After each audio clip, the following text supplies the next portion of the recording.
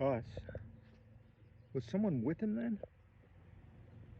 Mike had worried about that plural more than once since the letter had arrived, and during his flight west, none of it made sense. Eric had always been a loner, attracted to women, but seemingly not attracted to them. Mike Ragland turned the idea over in his mind while dressing. Then he made coffee and seated himself at the table where he could see both the glass doors and the front entrance. He put the 357 on the table in front of him. He was not expecting trouble, yet they had gone so far as to force an entry to his condo in the night.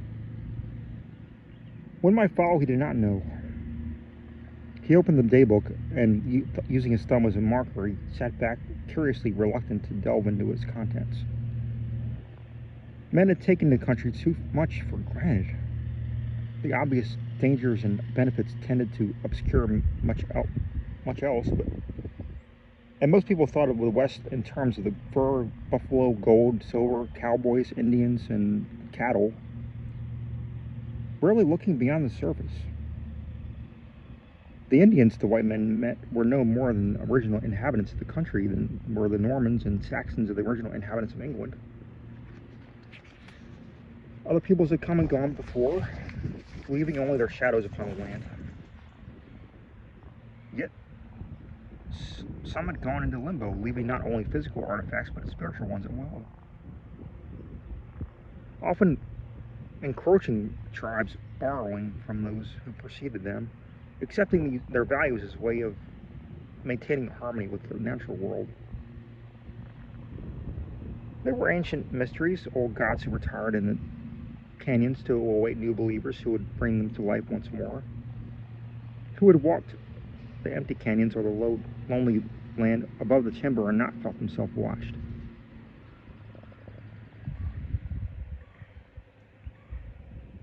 Watched by what ghost from a nameless past? From out of what pit of horror and fear? The Indian had always known that he was not alone. He knew there were others, the things that observed. When a man looked quickly up, was it a movement he saw or only his imagination? The terms we use for what is considered supernatural are woefully inadequate. Beyond such terms as ghost, specter, poltergeist, angel, devil, or spirit, might there not be something more our own purposeful blindness has prevented us from understanding? We accept the fact that there may be other worlds out in space, but might there not be other worlds out here? Other worlds and other dimensions coexisting with this? If there are other worlds parallel to ours, are all the doors closed? Or does one here and there stand ajar?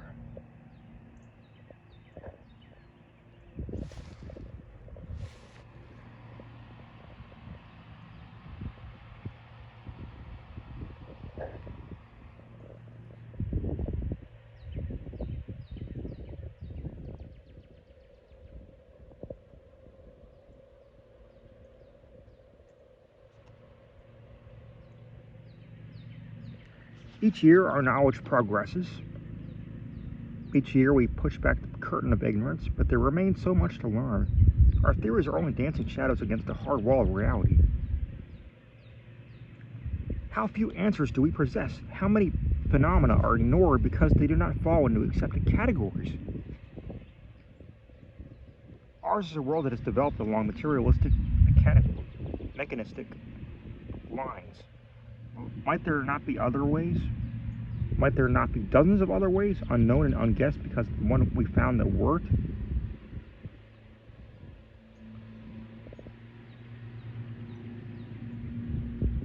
Mike Ragland filled his cup and put the daybook on the table. He did not know the answers. He had seen things and heard things that made him wonder, and in a lifetime devoted to exposing fraud and deception, investigating haunted houses, mediums, and cult religions. He had come upon a few things that had left him uneasy. That man now, the one he had found in his condo stealing his book. Who was he? Why did he want the daybook? Did he want it for himself, or was he sent by someone to find it? Why, Mike had the impression he did not know, but he did believe the man was sent by others. He had obviously come to secure the daybook, and he might return. He agreed with the girl at the desk that there was something about him, some aura of strangeness. Yet he also had the look of a professional, a man who knew his job and knew how to go about it. Mike took up the book. It was an ordinary loose-leaf notebook with ruled pages, and Eric had written with a brush pen. The writing was thick, black, easily read.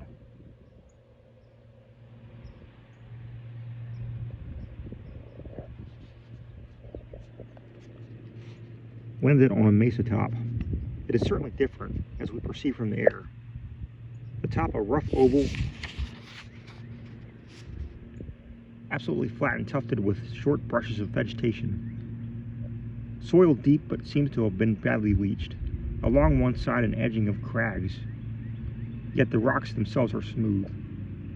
The mesa falls off steeply on that side. On the other side, it also falls steeply away. Oddly enough, seems to have been purposely ringed with slabs of rock. Most unusual. My impression, which may have been mistaken, may be mistaken, is that the mesa top may have been cultivated in the far distant past. Found 3 walls almost intact, roofed them with plywood sheet. Will do nicely for sleeping in a construction shanty wall building. A table for blueprints, a corner for tools, one room with camping undercover. View tremendous. San Juan River flies below. Across the river, a huge mesa rears its head. Must be nearly 10 miles long, tall slope, and last 300 to 500 feet are sheer rock. That must be the one called No Man's Mesa. Probably for good reasons. Sunday. Relaxed today, scouted around, worked on the walls of my shelter. Remarkably well built. Mortar treated with substance to make it set harder. It is different from other cliff houses or pueblos. But styles vary, and the builders were learning as they worked. The house I plan to build, doing most of the work myself, will consist of 10 rooms and a patio, all from native stone and built into the rocks that back up the mesa at that point. The building may require a year or more. This is a dream house. The site chosen because it is one of the most remote in the country. Monday, awakened by a fierce growling. Chief on his feet, teeth bare, each hair bristling. Growling deep in his chest. Chief's unusually large, weighing 160 pounds. Tibetan Mastiffs have been guard dogs for thousands of years, known to fight bears, tigers, or wild yak, to attack anything invading their premises. It was in the middle of the night. I spoke sharply, but he continued to growl. Rising up from the army cot that was my bed, I saw a faint reddish glow emanating from the adjoining room. For a moment I feared the place was afire, but the color was wrong. Catching up my pistol I stepped in the next room, prepared for I know not what. I stopped, astonished. The red glow was coming from my blueprint. There, drawn in the plans with the glowing red line, was another room. A round room resembling a kiva of the cliff dwellers.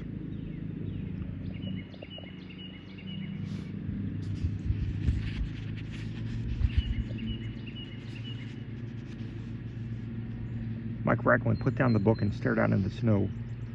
The tracks of his recent visitor were still clear, marked in the snow, but between his condo and the highway, so that at least was no dream.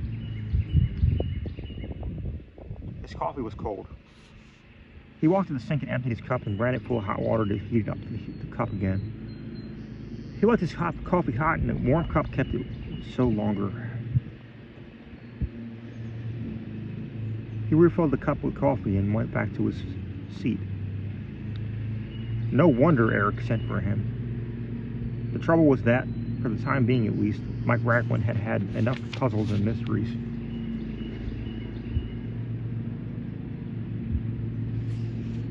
What he wanted now was peace and quiet, time to think, to study, to consider some of the things he had learned or thought he had learned.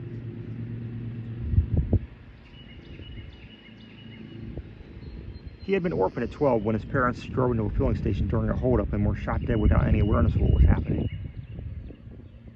The next 2 years he lived on a ranch, helping with the work, riding and hunting.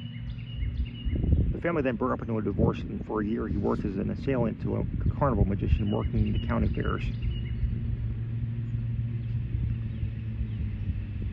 Following that, he ran a shooting gallery at an amusement park.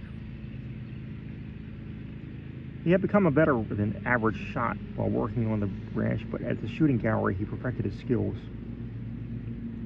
When the season he closed, he spent several months out of work. He was often hungry, and the few jobs he could find were hard labor.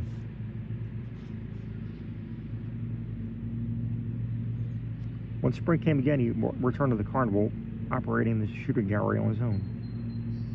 Twice when the magician was far too gone in his cups, Mike had carried on with the show. The magician was a Lebanese, and from him, Mike picked up a smattering of Arabic. At 16, he was doing a man's work and accepting a man's responsibilities. He gave his age as 24. Knowing the show offered no future, he made a point of making local contacts wherever they went. The result was a job that paid little more than room and board, and with a small-town daily newspaper and a job printer. For the next 7 months, he swept floors, answered the telephone, delivered orders, and did whatever needed doing. In the meantime, he read. He haunted the little public library, helped out occasionally in a second-hand bookstore, trying to get out of some of the education he had missed. By the end of the 3rd month, he was writing occasional pieces for the paper and selling a few ads. By the end of the 5th month, he received a small raise. His social life was almost non-existent. He talked to the waitresses in cafes where he ate with his boss or the printer who worked the presses. His first contact away from work was with a former missionary who had become a professor of Bible studies at a local college. The professor had lived in Damascus and spoke Arabic, so they often spoke the language, enabling him to become fluent. Several times he had attended his friends' classes, picking up a bit of Bible knowledge as well as learning of the Holy Lands. He began dating a local girl, but her parents disapproved. Who was he, after all, but a drifter with no future? Smoothly but effectually, her parents broke it off. At the time, he was broken-hearted, with the feeling he had been treated unjustly.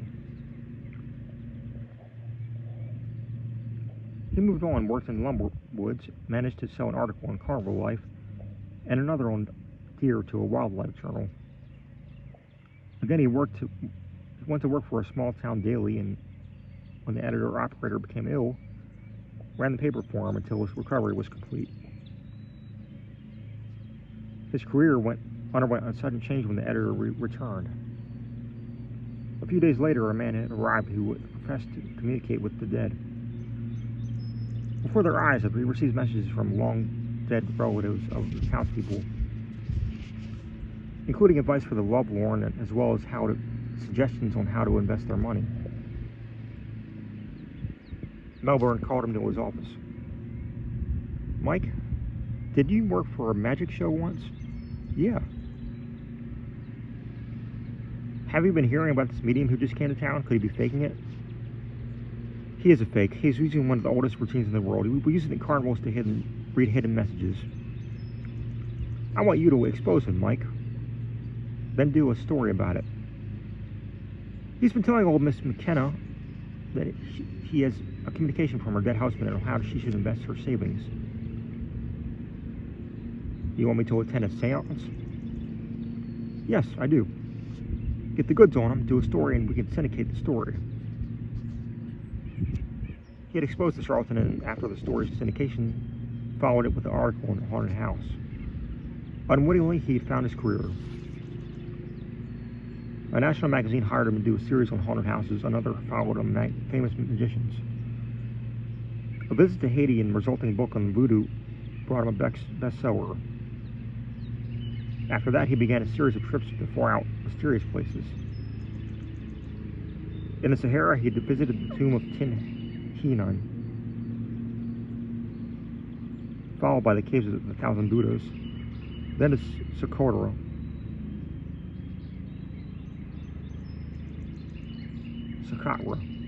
the Enchanter's Island. He spent most of a year in Tibet.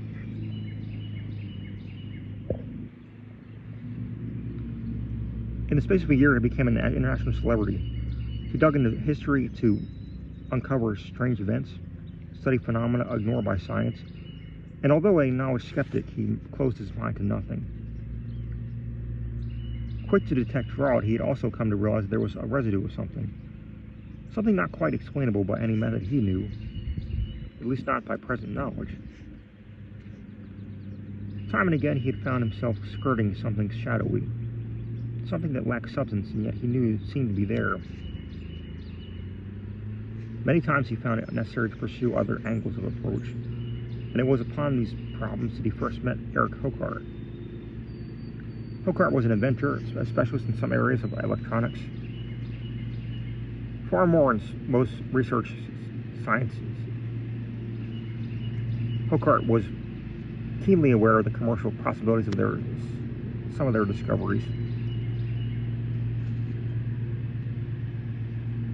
The result was that he had gone into business and made millions, promptly retiring to enjoy what he had. It was Eric who had guided Mike Racklin through some of the labyrinths of mathematics and physics. Often they discussed Eric's obsession with the canyon country of Utah and Arizona, and a place in which to build. The final choice had been Eric's own. Had Mike known, he would have strongly advised Eric Hokart to choose another place. Yet what reasons could he have given? Eric Raglan looked again across the snow where the mysterious white van had stood waiting. Another occupant, or simply an empty van? Was there one man or two? Or more? Uneasily, he considered what little he knew. Eric was in trouble. Eric had contrived somehow to have this daybook delivered to him. This man, or these men, knew of its delivery and tried to recover it. Hence, it was important evidence of what had happened or what was happening to Eric. After all, there need be nothing supernatural. Eric Hokart was a very wealthy man. Kidnapping was not impossible, nor was revenge. What he might have done, Mike could not guess, although he doubted anything really serious. But in obtaining wealth, one often made enemies, and if only through jealousy. Was that element of strangeness to all imagination? If so, the girl at the desk felt it too. And what of the other girl, the beautiful girl who had delivered the package? Who was she? What had become of her? Mike reached over and picked up the daybook.